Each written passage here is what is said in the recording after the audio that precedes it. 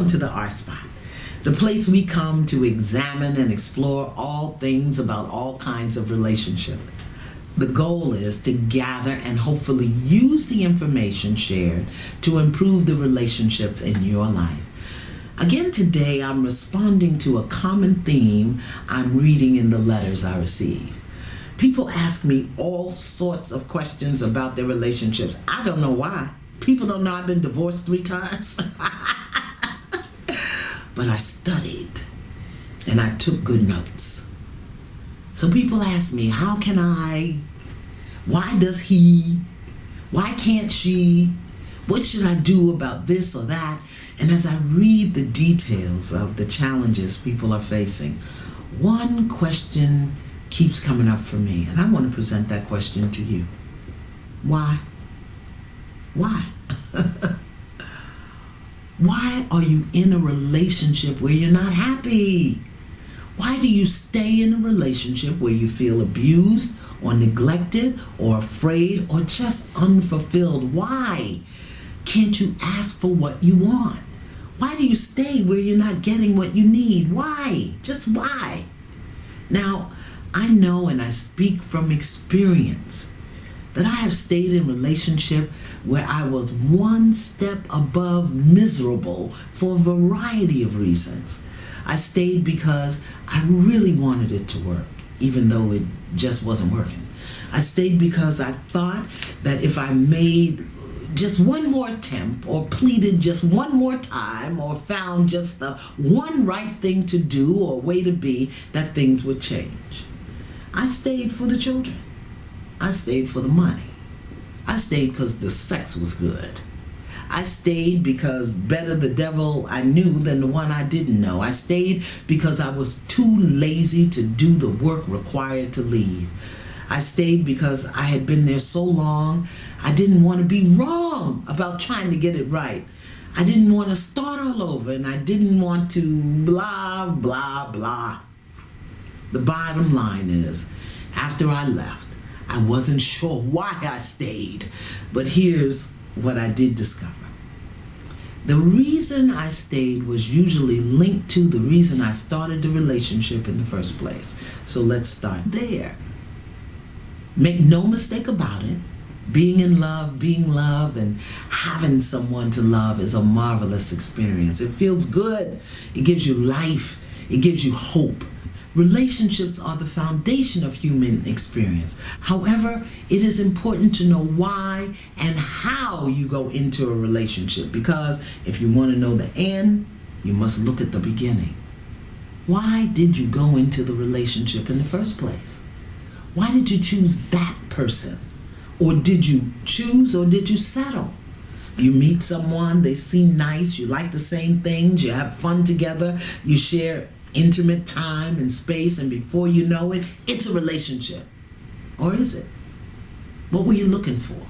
Companionship, safety, validation, a good time? Or were you just avoiding the consequences of being alone? Just because someone shows up and it feels good doesn't mean that either you or them are relationship material. You must be clear within yourself and for yourself why you are entering the relationship. What is it you desire, and why do you believe you can have it with that person? If you are simply going along with what shows up, it will probably not turn out well for you. Now, here's a very important question few people ask themselves when they go into a relationship. Why do I want to be in a relationship? Is it because I'm lonely? Is it because I think I'm supposed to be in a relationship? Is it because I want someone to talk to, somebody to hang out with? What is my primary objective for being in relationship with another person? You see, you must answer that question again for yourself, within yourself. Then you must be willing to share what you discover with the other person, because if the two of you have different or competing reasons for being in the relationship, there is going to be a problem at some point. Why? Why are you in relationship with someone who doesn't want to be married when you want to be married? Why are you in relationship with someone who has not completed their relationship with someone else? Why are you in relationship with someone who doesn't like what you like or like to do what you like to do? These are very important questions for which you must have answers, and you must get them at the beginning, not in the middle. You want monogamy and your partner cheats. Why are you in that? You want children and your partner doesn't. Why are you in that? You go to church and your partner doesn't. Why do you think that he or she will change? You don't feel heard or valued or appreciated or desired. Why? Just why are you there? And what are you choosing to do about it? Now listen, I'll be the first to say that ending a relationship is not something to take lightly, nor is it easy. However, there comes a moment when you must ask, examine, and explore why. And when you do, you must be mindful of the underlying reasons and excuses you give yourself. Relationships take work, and it's not easy. But if you do the work, and if you're doing the work, and you still feel lost, empty, unhappy, it may be time to take the next step. And here's another thing. When I ask people why they're willing to be somewhere with someone and remain unhappy, 9 times out of 10, you know what they say? Because I love them. I know that one. I know that one real well. And I know that when you believe you or love someone, you're willing to do anything and everything possible to make the relationship work. Why? Because more often than not, we are willing to see people as we want them to be, not as they are. Some people simply don't have the capacity to love you the way you want to be loved. Capacity means that they're willing, but they simply can't. They don't know how to. They're not able to. And in some cases, they're not willing to. I always say it's unkind and unloving to ask someone to do something they're not able or willing to do. Yes, you may love them, but what's the cost you're willing to pay for that love? And why? Why are you willing to be miserable? Yes, you love them, but you don't feel honored or valued, and in some cases, loved. Why? Why are you there? Relationships are important, and relationships do take work. And there comes a moment when you must evaluate and answer the whys. You see, we don't get to tell people how to love us. We get to experience their loving and then choose whether or not we want to participate. Trying to force someone to fill your love needs, hoping they will miraculously become what you want them to become, or settling for less than what you want and then complaining about it. Why?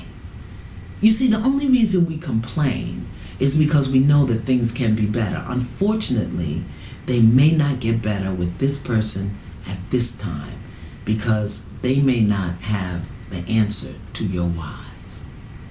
There's a clear distinction between what you want and what you have, and you must be able to make the distinction. Love isn't always enough. What about commitment? What about respect? What about shared vision and common interests? What about plain old bottom line compatibility? In the words of the great philosopher Michael Jackson, what about us? What about you makes me want us? Sometimes we say because it's familiar and comfortable. Sometimes we stay because we really do love the person even when they don't make us happy and we can't seem to make them happy. Sometimes we stay because we're just too lazy or afraid to leave. Sometimes we stay hoping against hope that things will change. They will change. They can change. It will change. And sometimes things and people do change. Hallelujah. But then again, there are those situations of lingering misery when nothing seems to work or change or feel good, and still we stay. Why? Please know that I'm not advocating for the dissolution of a relationship or the breakup of a family, particularly when children are involved. But I want us to be mindful of what we're modeling to the children. Why do we think it's okay to teach our children to manage misery rather than teach them about the value of pursuing happiness? I don't have an answer. But I do know why stay, why go, why settle, why not settle. My answer doesn't matter. My encouragement to you is simply to give yourself permission to ask the question, why? Just why? I'll see you next time.